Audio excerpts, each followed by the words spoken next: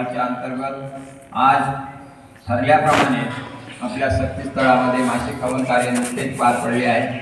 त्या हवन कार्यानिमित्त ही चर्चा बैठक सुरू आहे। या चर्चा बैठकीमध्ये सुद्धा स्वयं भगवान बाबा हनुमानजी उपस्थित आहेत, त्यांना माझा प्रणाम। तसेच महान त्यागी बाबा लिंदेवजी उपस्थित आहेत, त्यांना माझा प्रणाम। उपस्थित सेवक सेविका व बालगोपाल यांना माझा नमस्कार। आजच्या चर्चा बैठकीचे विषय आहे 4 तत्व 3 शब्द 5 नियम व सेवकाच्या जीवनावर आलेले अनुभव या विषयावर आधारित आहे। तरी मी थोडक्यात मार्गदर्शन करीत आहे। मार्गदर्शन, एखादी वस्तू आपण कोणतेही काम जे करतो ते चांगल्यासाठी करतो आणि जर त्याच्यामध्ये आपल्याला जे आपण एखादं चांगलं झालं नाही तर आपल्याला वाईट वाटते ना? अरे वाटते का नाही? तर हा जो मार्ग आहे, हा मार्ग आपण कुठेतरी ऐकलं, कुठेतरी अनुभव घेतले की हा मार्ग खूप चांगला आहे, या मार्गात काहीतरी शक्ती आहे आणि म्हणूनच आपण या मार्गात जुळलो। परंतु काय होते, खूप मोठा हा जो मानव आहे आणि भगवंताने पहिलेच सांगितलं की ये मानव भले तूने मुझे प्राप्त किया लेकिन तू मानव और मैं भगवान, और मानव ये बेईमान है, मैं कदापि उसके ऊपर विश्वास नहीं करता। आणि खरोखरच खूप मोठं आश्चर्य वाटते कधी कधी की हा काय मानव जात काय असली पाहिजे। मी स्वतः विचार करतो या बाबतीत। मी जेव्हा माझ्या जुमदेव बाबाचं स्मरण करतो, आठवण येते त्याच्या विचाराची की त्यांनी कधी स्वार्थ न पाहता स्वतःच्या जीवनासाठी काही न करता एक मानव सेवा हीच खरी भगवंताची सेवा हे उद्दिष्ट समोर ठेवून लागल तितक्या गोरगरीब लोकांचं जीवन बनवलं। आता नुसतं जीवनच नाही बनवलं त्यांनी, हा भगवंत काय आहे, ह्या भगवंताची शक्ती काय आहे त्याचे काही उदाहरण आपल्या समोर ठेवले, काही उदाहरण। परंतु काय, त्यावेळेला त्यांच्या मागं आजूबाजूला भोवती आणि त्यांचा परिवार फिरत असताना की हे काय प्रकार असलं पाहिजे, किंवा जुमदेव बाबामध्ये एवढे विचार आले कुठून, एवढी शक्तीचा या शक्तीवर त्यांचा एवढा विश्वास बसला कसा, आणि हे किती महान व्यक्ती असले पाहिजे। मी कधी कधी ऐकायचं की जुमदेव बाबा सारखा कोणी बनू शकत नाही, आणि हे 100% सही आहे। या गोष्टीला मी दुजोरा देतो। त्यांच्यासारखा कोणी बनू शकत नाही, पण त्यांच्या विचारावर चालणारा व्यक्ती तर बनू शकते ना? अरे बनू शकते का नाही? परंतु कुठंतरी लोक एखाद्या गोष्टीला घेऊन फिरतात। हे असे लोक कोण राहते, ज्यांच्यानं काही बनत नाही, असे उन्हाळक्या मारणाऱ्या लोक व फोकणाऱ्या मारणाऱ्या लोकांचे हे शब्द राहतात की त्यांच्यात, परंतु त्यांच्या विचारावर लक्ष देत नाही। खूप लोक सांगायचे की बाबा जुमदेवजीने तर कधी औषध बंद नाही केली, दवा आणि दुवा केलेलं या लोकांनी, हो ना? त्यांना माहित होतं की हा मानव जो आहे ना, हा मानव किती चतुर आहे प्राणी, याला मरणाची भीती आहे। आणि भीती केव्हा राहते, जेव्हा याच्याजवळ पैसा राहते ना तेव्हाच। जेव्हा एखाद्या परिवारामध्ये एखादं भयंकर संकट जेव्हा येतात आणि त्याच्याजवळ काहीच नाही राहत, तेव्हा त्याच्या मनातून एकच शब्द निघते, आता भगवंता मार नाही तर तार। हर व्यक्तीच्या याच्यात पहा, आपण जेव्हा परिस्थिती खराब राहते तर भगवंता मार नाही तर तार, आपण डॉक्टरच्याही दवाखान्यात जातो, जेव्हा डॉक्टरचे उपाय हरवून जातात तेव्हा तेही सांगते की इसको अब भगवान ही बचा सकता है. म्हणजे सर्वस्वी कोण आहे? भगवान. अरे सर्वस्वी कोण आहे? भगवान. भगवंत आहे. पण हा जो मानव आहे यांनी म्हणून तर दिलं, परंतु हे जेव्हा आमच्या जुंदेव बाबाचा मुलगा बिमार झाला होतं, त्याला एका दवाखान्यातून दुसऱ्या दवाखान्यात नेलं. त्या बिमारीचा माणूस 4 घंट्याच्या वर वाचू शकत नाही म्हणे. परंतु जुंदेव बाबाला त्या माहीत होतं की हा कुठेतरी चुकलो आपण, आणि त्यांना एक लोकांना शक्ती दाखवायची होती काय की भगवान काय आहे. म्हणून त्या मुलाला त्यांनी डॉक्टरला औषधी देऊ दिली नाही. 4 घंट्याचं सर्टिफिकेट घेतलं होतं त्यांनी. 4 घंटे झाल्यानंतर ते म्हणाले होते, साहेब तुम्ही या बिमारीचा निदान लावलं नाही, मला वापस न्यायचं आहे. त्यांनी डॉक्टरला औषध न लावू देता त्या मुलाला वापस आणून त्याला चांगलं केलं. केलं का नाही? अरे केलं का नाही? मग तो चांगला झाला का खराब झाला? वाचू शकत नाही 4 घंटे. म्हणजे एक आपल्याला आपला भगवंत काय आहे हे त्यांच्या आजूबाजूला असलेल्या लोकांना त्यांना साक्षात ह्या परमेश्वरी लीलेचं हे दाखवायचं. आता लोकांनी त्याचं मजाक करून बसले. आता आपल्यामध्ये ती हिंमत नाही. आपण म्हणतो रोज मरे याची म्हणणं असं नाही, मनाला काही लागत नाही.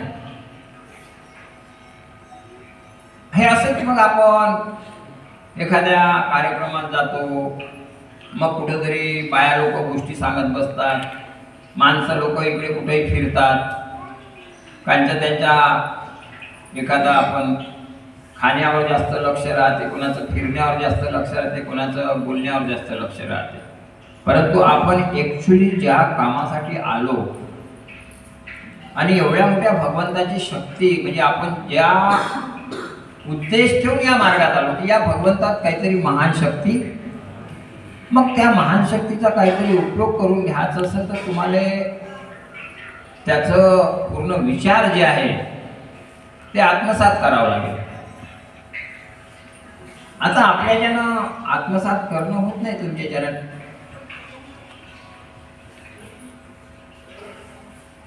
आता काय मी कोणाला काय म्हणू काय नाही म्हणू.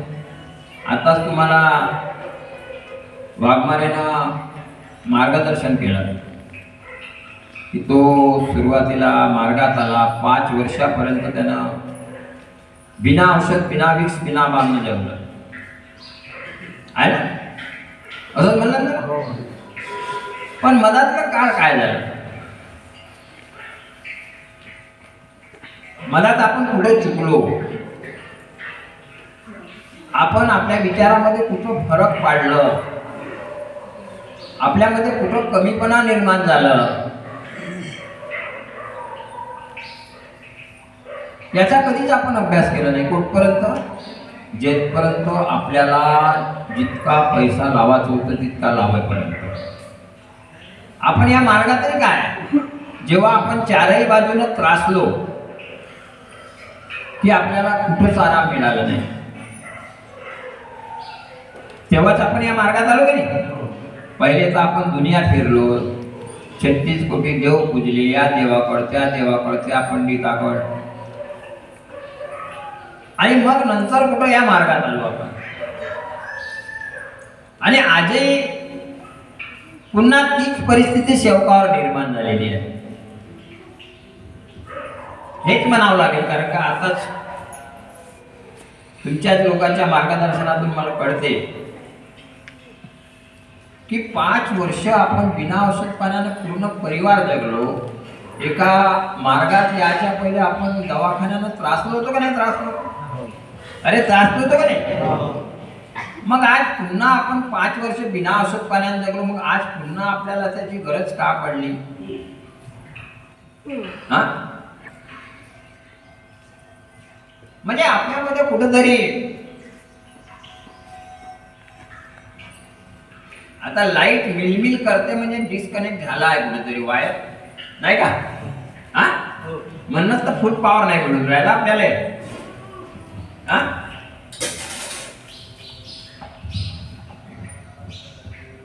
आणि कुठं एक विचारसरणी जेव्हा माणसाला सुख मिळते ना, मी पाहिलं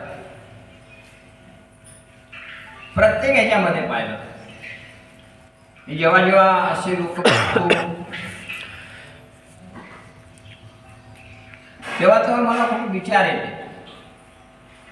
चाहे तो, मी असं नाही म्हणत त्याच्यामध्ये तुम्हीच लोक आले असं नाही, प्रत्येक मानव चाहे नर असो की नारी असो. आमच्या, मी स्वतःच्या घरामध्ये सांगतो,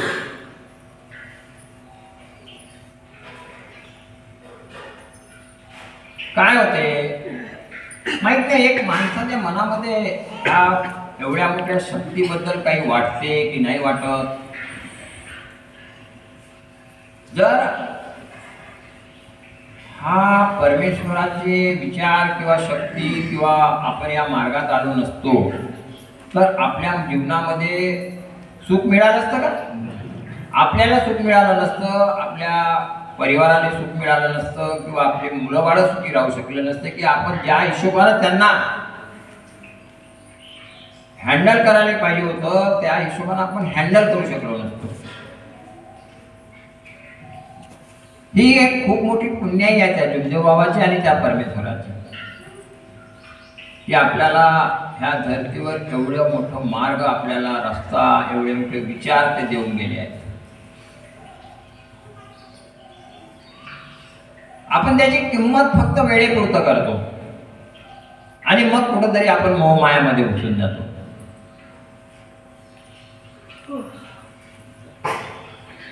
आता काय, मला काय करायचं, पण मला कुठंतरी जेव्हा मी या भगवंताची प्राप्ती केली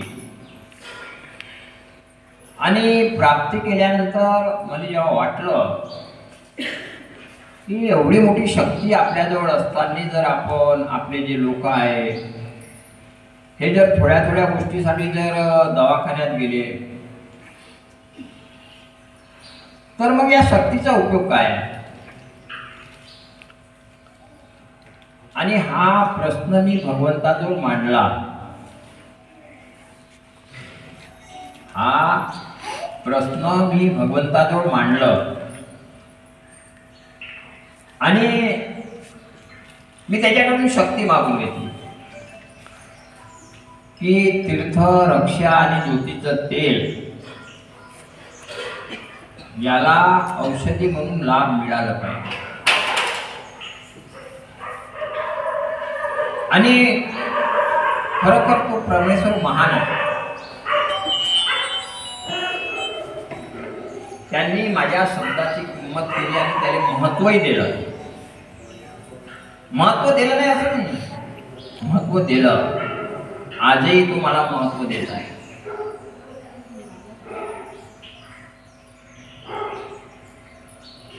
परंतु काय, मी हे सगळं कोणासाठी केलं? मी त्याच्याकडून हे काहून मागून घेतलं? मी फक्त स्वतःसाठीच नाही मागितलं किंवा स्वतःच्या परिवारासाठीच नाही मागितलं, माझ्या मार्गात येणाऱ्या प्रत्येक सेवकात.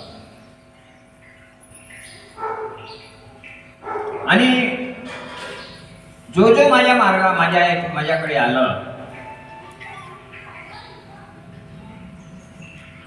त्या माणसाला मी बिना औषध, बिना विक्स, बिना पावनं त्याचे दुःख दूर करून त्याला दारिद्र्य परिस्थितीतून काढलं.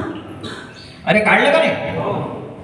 कारण मी पहिलेच सांगत होतो, माझ्याजवळ जर यायचं आहे तर एक तर पूर्ण चारही धाम फिरून घ्या, औषध्या खायच्या असेल तर खाऊन घ्या, किंवा आणखी कुठेही जायचं असेल तर चालले जा. जेव्हा तुमचं कुठंच आराम होणार नाही तेव्हा आखरी रस्ता समजून माझ्याजवळ या. तुम्ही लोक माझ्याजवळ याच्या पहिल्याच दिवशी मी तुम्हाला हे सगळं बजावलं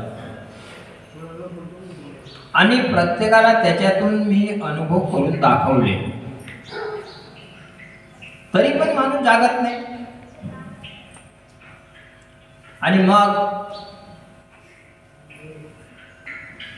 आता पहा, आत्ताच तुम्हाला वाघमाऱ्याने सांगितलं की मी 5 वर्ष बिना औषध, बिना विक्स, बिना बाम ते लीला कोणाची होती? भगवंताची. त्याच्या पहिले जगलं का तो कधी? 36 कोटी देव होते त्याच्याजवळ.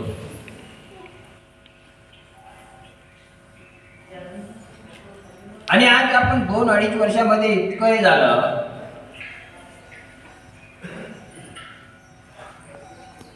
की पुन्हा आपल्याला बिना औषध करण्याशिवाय राहू शकलो नाही. पण त्याचा काही लाभ भेटला नाही भेटला.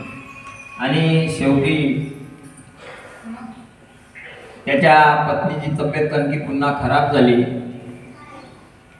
आता 2-3 दिवस तो आला इथं, पण त्यानं मला सांगितलं नाही की, आणि मी लक्ष दिलं नाही. आणि शेवटी एक प्रसंग असा आला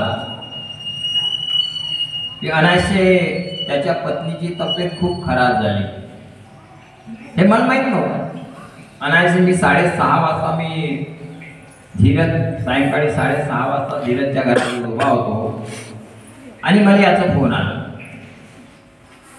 काकाजी म्हणजे माझ्या पत्नीची तब्येत खूप खराब आहे आणि मी बाहेर आहो, मी घरापर्यंत जा. आणि मला शेवटी जावं लागलं. हेच हकीकत आहे ना. आणि शेवटी मला जावं लागलं, कारण तुम्ही लोक अहंकारी आहात. तुम्ही लोकांना दया माया काय होते हे तुम्हाला कळत नाही. एखाद्याच्या सुख दुःखाविषयी तुम्हाला त्याची जाणीव नाही.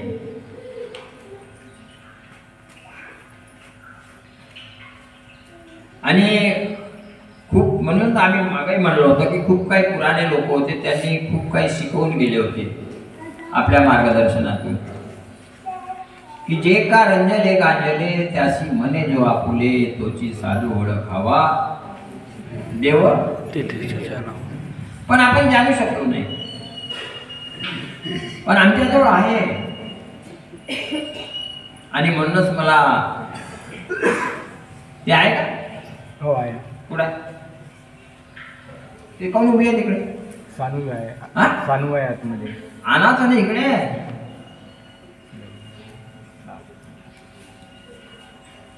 तर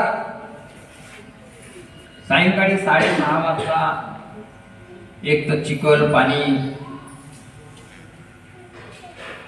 मी याच्या घरी गेलो. मी इथं थोडंसं तेल गिल लावून दिलं, तीर्थ दिलं आणि हिला तिच्या बाथरूम मध्ये नेलं. जेव्हा का किती दिवसापासून तब्येत खराब होती? भरपूर दिवसापासून तब्येत खराब होती, परंतु उलट्या होत नव्हत्या. कसं तरी म्हणजे एक शरीर जो आहे हा खूप मोठं जखडल्यासारखं झालं होतं. गळ्यात, डोक्यात, पोटात. आणि मी गेल्यानंतर इथं थोडंसं तेल गिल लावल्यानंतर, मालिश केल्यानंतर एक तीर्थ दिलं आणि हिला बाथरूम मध्ये नेल्यावर हिच्या तोंडात बोट टाकले. आणि इतक्या उलट्या झाल्या की कदाचित कधी जीवनात तेवढ्या उलट्या नाही.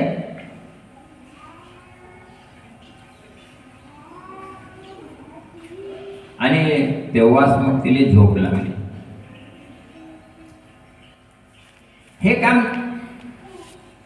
तुम्हाला असं वाटते यार की तुम्ही मार्गात आहात. मार्गात राहिल्यानं काही नाही. तुमचे विचार कसे आहेत? खरोखर सांगतो, भगवान जाणते. माझ्या मनामध्ये कुठंतरी तुमच्याविषयी गलत भावना असत्या. तुमच्या मुलाबाळाविषयी मी जर विचार केला नसतं, तुमच्या परिवाराविषयी जर विचार माझ्या मनात नसते, तर परमेश्वरानं मला हेच दिलं नसतं. कुठेतरी तुमच्यामध्ये कपटपणा आहे. तुमची चांगल्या गोष्टीची चांगल्या गोष्टीची किंमत करण्याची क्षमता नाही आहे तुमच्यामध्ये. चांगल्या गोष्टीला आपण पाणी घालत नाही किंवा त्याला समर्थन करत नाही किंवा त्याला साथ देत नाही. आणि काय आहे, तुम्हाला अति गंभीर अशा परिस्थितीतून तुमचं जीवन बनवायचं काम मी त्या परमेश्वराच्या माध्यमातून केलं आहे. आणि ते निष्काम निस्वार्थ, काहीच नव्हतं आपल्याजवळ, तुमच्याजवळ काहीच नव्हतं त्यावेळेला.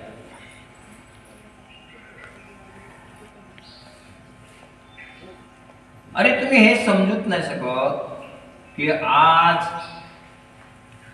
कोणताही साधू संत या जगात नुसत्या तुमच्या एका फोनवर तुमच्या घरी पोहोचला असता का? हा, कोणत्या ज्यांचा पोहोचला असता का? आणि तेवढी प्रक्रिया त्यानं केली असती का बिना पैशाने? अरे केली असती का? याची जाणीवच नाही आपल्याला. आपण वेळेपुरतं त्या गोष्टीची किंमत करतो.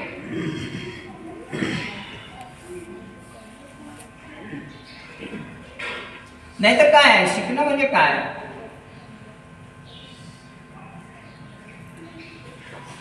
तुम्ही ते शिकू शकत नाही.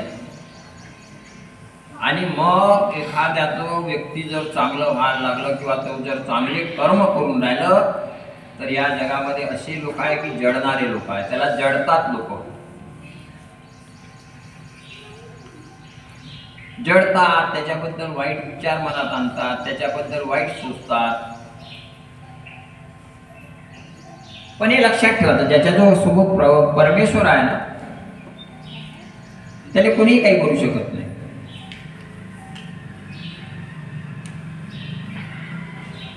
आम्ही हे भाषा नेहमी वापरतो, मी जर कोणाचं वाईट केलं नाही तर माझं वाईट होणार नाही, आणि जो माझ्याबद्दल वाईट सुचत आहे तो सुखी राहू शकत नाही. कारण त्याचं जीवन बनवण्याचं काम केलं आहे मी, त्याचा मुलाबाळाचा भविष्य बनवासाठी मी त्याच्या अहोरात्र जागण्याचं काम केलं आहे. आणि आजही काय, कोणत्याही तुमच्या मुलाबाळाचं चांगलं कसं होईल हे सोचत राहा तुम्ही. तुमच्या मनामध्ये ह्या भावनाच येत नाही, कधी कोणाविषयी कधी सोचलंच नाही तुम्ही. अरे स्वतःविषयी सोचत नाही, स्वतःच्या परिवाराविषयी सोचत नाही, तर दुसऱ्याचं काय भलं करणार आहे? तुमची अवकात नाही आहे, अवकात नाही आहे. त्याच्यासाठी माणसाला आपलं वेळ काळ सगळं मोह माया अहंकार सोडून हे सगळं कर्म करावं लागतं. आणि हे कर्म करण्याची क्षमता तुमच्यामध्ये नाही आहे. एक विशेष काही व्यक्ती निवडल्या जाते त्याच्यासाठी.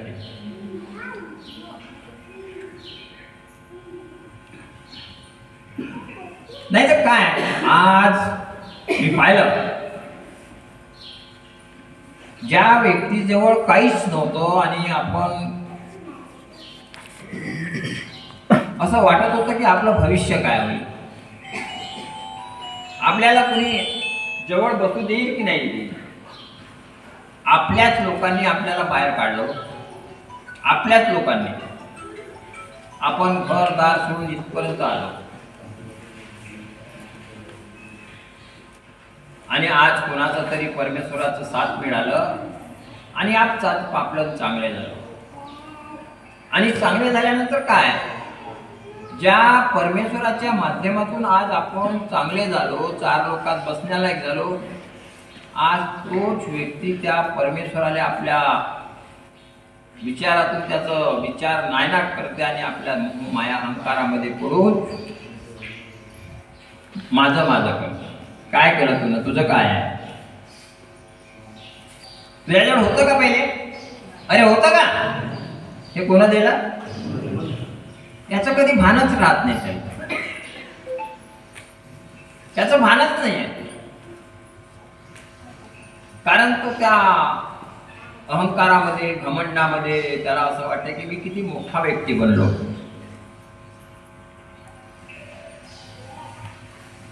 माझं घर झालं, गाड्या आल्या, घोड्या आल्या, खूप पैसा येऊन राहिला माझ्याजवळ, मी अलग कमवतो, माझा मुलगा अलग कमवते, बायको अलग कमवते. हे आलं कुठून? होतं का पहिले हे सगळं? करण्याची क्षमता होती का तुमच्यामध्ये? अरे होती का? एक मुलाचं धडागतीनं आपण शिक्षण करू नसलो, शिक्षण करू शकलो नसतो आणि मरणाच्या वाटेला सुद्धा गेलो असतो तरी कोणी वाचवणार आला नसता, आपला रिश्तेदार सुद्धा आला नसता.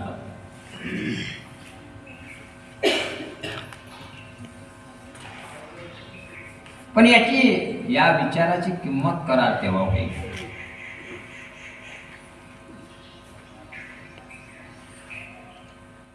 आणि मग ते काय लोक टीका करतात. मी इथून सोनवाने होतो माझ्यासोबत, हैदराबाद पर्यंत गेलो. यांनी हॉटेलमध्ये डोसा खाल्ला, म्हणजे खा म्हणत होते, पण माझी मी जेथपर्यंत त्या दवाखान्यात पोहोचलो नाही, काही खाल्लं नाही. खाल्लं यांनी खाल्लं, ते दोघे लोक होते त्यांनी खाल्लं. मला खाण्याला महत्व नाही आहे.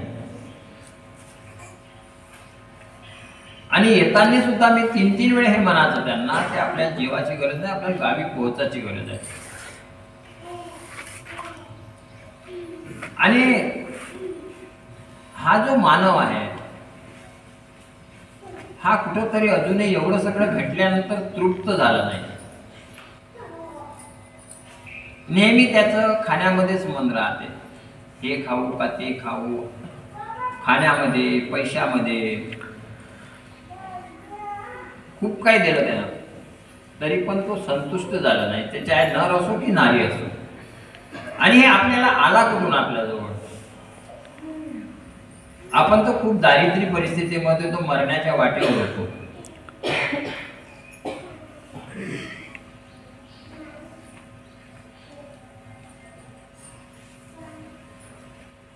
आणि याच्यानंतरही तुम्ही त्याची किंमत करत नाही.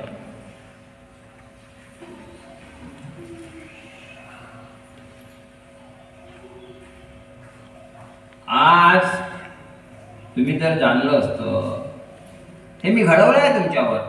मी त्या दिवशी सांगितलं, मी तिच्या घरी गेल्याबरोबर तिला बाथरूम मध्ये नेऊन तिच्या तोंडात बोटं टाकू टाकू टाकू माझ्या अंगावर उडत होतं ते तिचा जे उलटे आहे ना, इतकी वास यायची का माझ्या अंगावर उडत होती. आज तुम्हाला एक टावेल सुद्धा पुसाले कोणी, खूप मोठा विचार आहे मला. किती स्टँडर्ड लोक आहे हो तुम्ही. आणि मी ते स्टँडर्ड की जर मी आपल्याजवळ घेतली असती ना तर तुमची सेवा करू शकलो.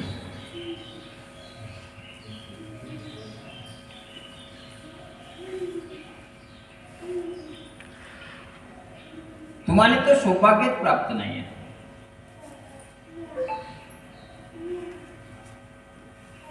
आज खूप लौकिक वाटते कधी कधी की एक मी जेव्हा तिकडे जातो आणि म्हाताऱ्या बाया जेव्हा माझ्याजवळ येतात आणि ते फक्त मला म्हणतात डोक्यावर हात ठेवा तुम्ही फक्त. मला वाटतं सर काय आहे माझ्यामध्ये असं. एक आई माझ्यासारख्या मुलाले डोक्यावर हात ठेवून काय लीला आहे परमेश्वराची. पण नाही, कुठेतरी आहे. आपणही पाहिलाय, तुम्ही पाहिलाय, पण आपण कुठेतरी त्या गोष्टीचं भान विसरलो. कारण आपण वेळ निघून गेली ना, ते वेळ निघून गेल्यामुळे आपण तिथे कुठेतरी भान विसरलो आणि त्या गोष्टीचं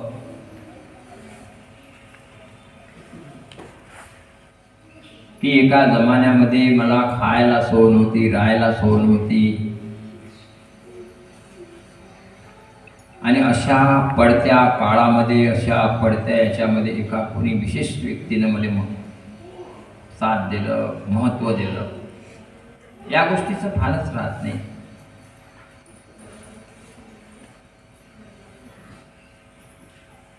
खूप काही मी पाहतो, काही माणसं उठत नाही, काही बाया उठत नाही.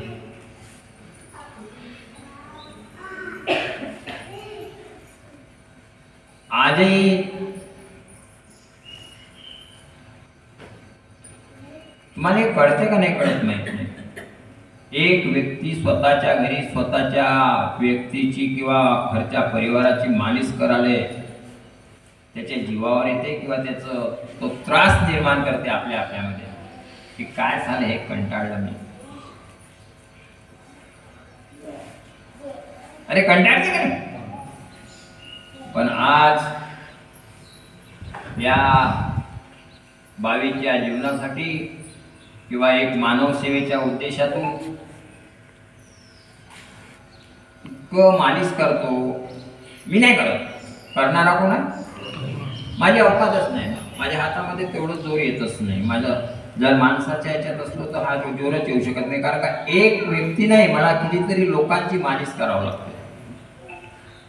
आणि मालिश म्हणजे तुमच्यासारखं चालचलाव काम नाही ना माझ्याकडे. हा बोला.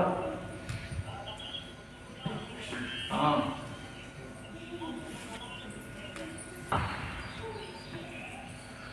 आता कमीत कमी जो पाहत नाही त्यानं जर नाही सोचलं तर गोष्ट वेगळी, पण जो पाहते आणि स्वतःवर घडवते त्याला तर या गोष्टीची जाणीव पाहिजे.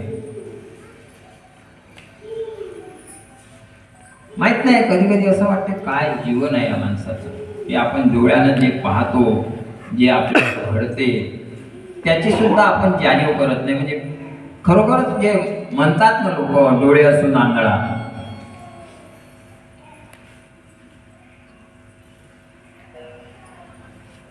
खूप विचार येते मग.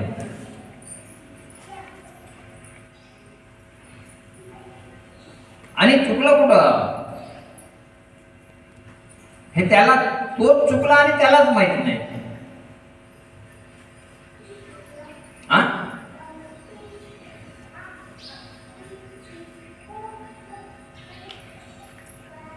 एखाद्यानं आपल्याला 100 रुपये दिले, त्याला वापस करायचं आहे आणि आपण त्याच्याशी मजुरी करून राहिलो. त्यानं वेळेवर आपल्याला 100 दिले ना, आपल्यावर वेळ होते तेव्हा दिला का नाही? त्याचं वापस करायचं आपल्यालाच भान नाही राहत. म्हणजे मूर्ख कोण आहे?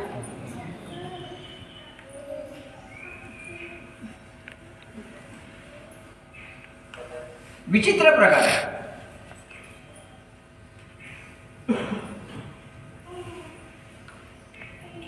आणि असे कर्म करायला खूप मोठं हे लागते. पापी लोक आहे, पापी.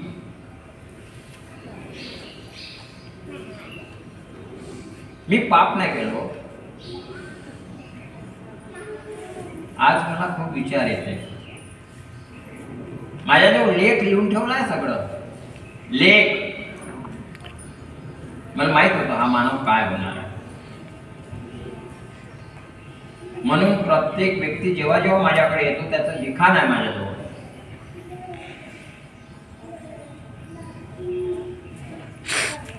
आज इतकी गंभीर परिस्थिती होती की रोज मालिश करू करू, तोंडात बोटं टाकू टाकू, उलट्या.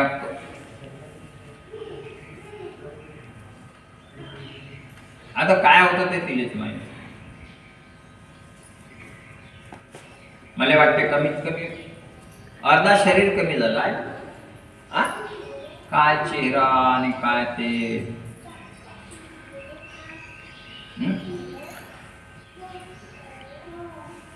डॉक्टरनं लाखो रुपये घेतले असते तरी ते काढू शकत नाही. डॉक्टर म्हणे काहीच नाही आहे.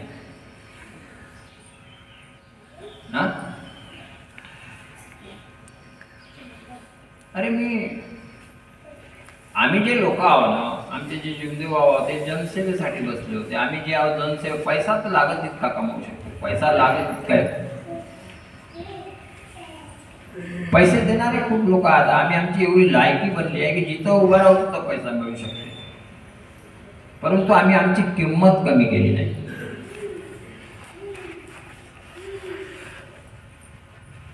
आणि किंमत केली नाही म्हणून लोक किंमत करतात. आणि अशी त्या दिवशी एका कामानिमित्ताने मी त्या खासदार साहेबाजवळ गेलो. खासदार साहेबाने आजल्या दिवशी सांगून ठेवलं, ते वाट पाहत होते. अरे बर्गेजी आले. आणि जेव्हा पाहिलं त्याच्या हॉलमध्ये लोक बसून होते आणि साहेब म्हणाचे बर्गेजीला आत बसवा. किती आनंद वाटला मला. काय लीला परमेश्वराच्या या व्यक्तीला एखाद्या आपण मी कधी सोचलं नव्हतं हे सगळं मान सन्मान या पाठीवर आपल्याला मिळेल. कुठेतरी चांगले कर्म आहे. तुम्ही काय कमवता?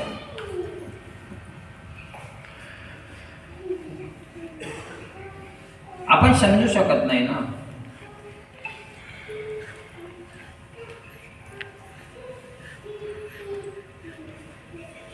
तुमचं शिक्षण भरपूर आहे, माझं शिक्षण कमी आहे. अंतर्ज्ञानी आहो मी, अंतर्ज्ञान आहे मला. मी शिकलो नाही ना.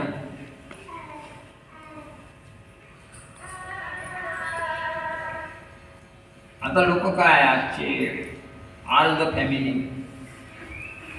मला सगळे लोक म्हणतायत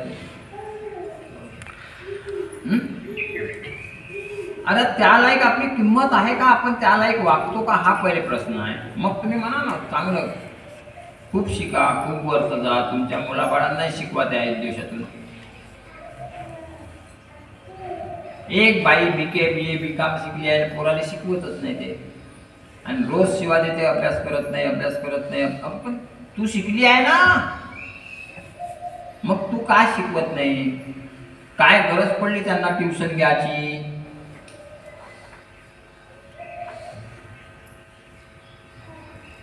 तू त्या याच्यातून गुजरली आहे ना. आता घरच्या घरी तेवढे नाही होत तुम्हाला, आणि मग त्या मुलाला मारता, त्या मुलीला मारता, सकाळपासून संध्याकाळपर्यंत त्याच्या मागं मग आपण काय आणि आपली जबाबदारी काय?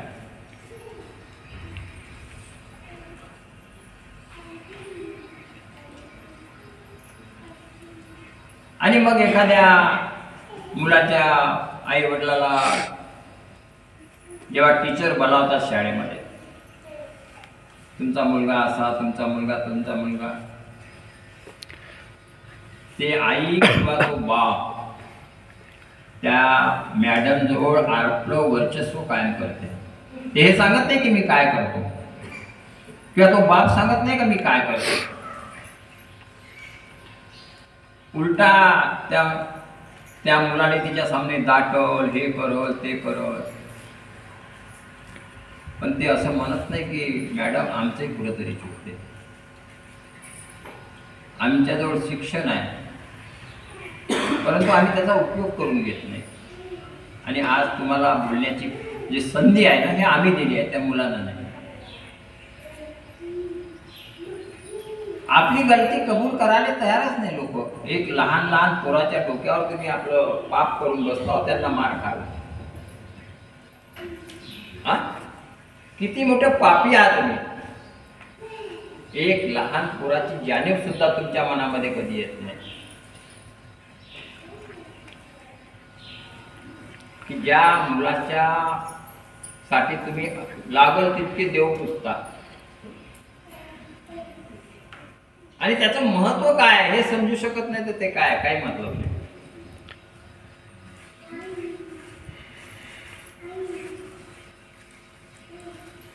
आणि मग काय, माझं पोरगं इतकं शिकलं, माझं पोरगं तितकं शिकलं. कधी कधी मग काय होते, मी शिवा देतो, कारण तुमच्या मुलाबाळाचा शिवा काय, मला अधिकार आहे थोडस की तुम्हाला जेव्हा मुलं बाळ नव्हते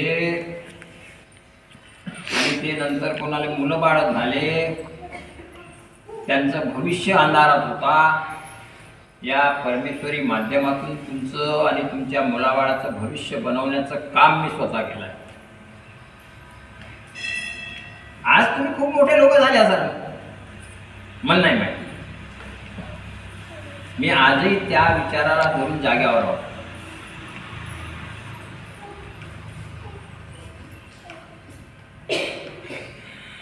आणि मरेपर्यंत जाग्यावर राहील.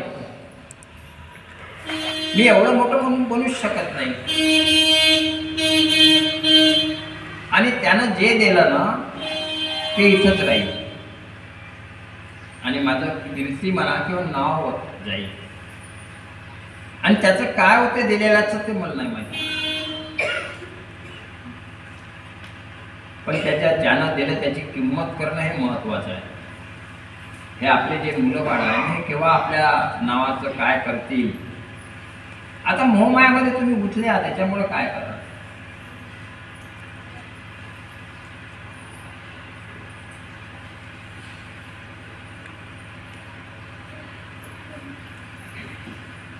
आपण त्याची किंमत नाही करत. मी तुमच्या गोर गरीब दारिद्र्य आणि असं फालतूचं जीवन आजही मी कोणत्या किती लोकांच्या जीवनामध्ये काय काय केलं पाहिजे का नाही केलं पाहिजे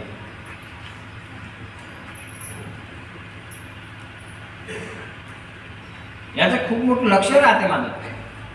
मी माझ्यावर लक्ष नाही ठेवत तेवढं तुमच्या लोकांवर लक्ष ठेवतो.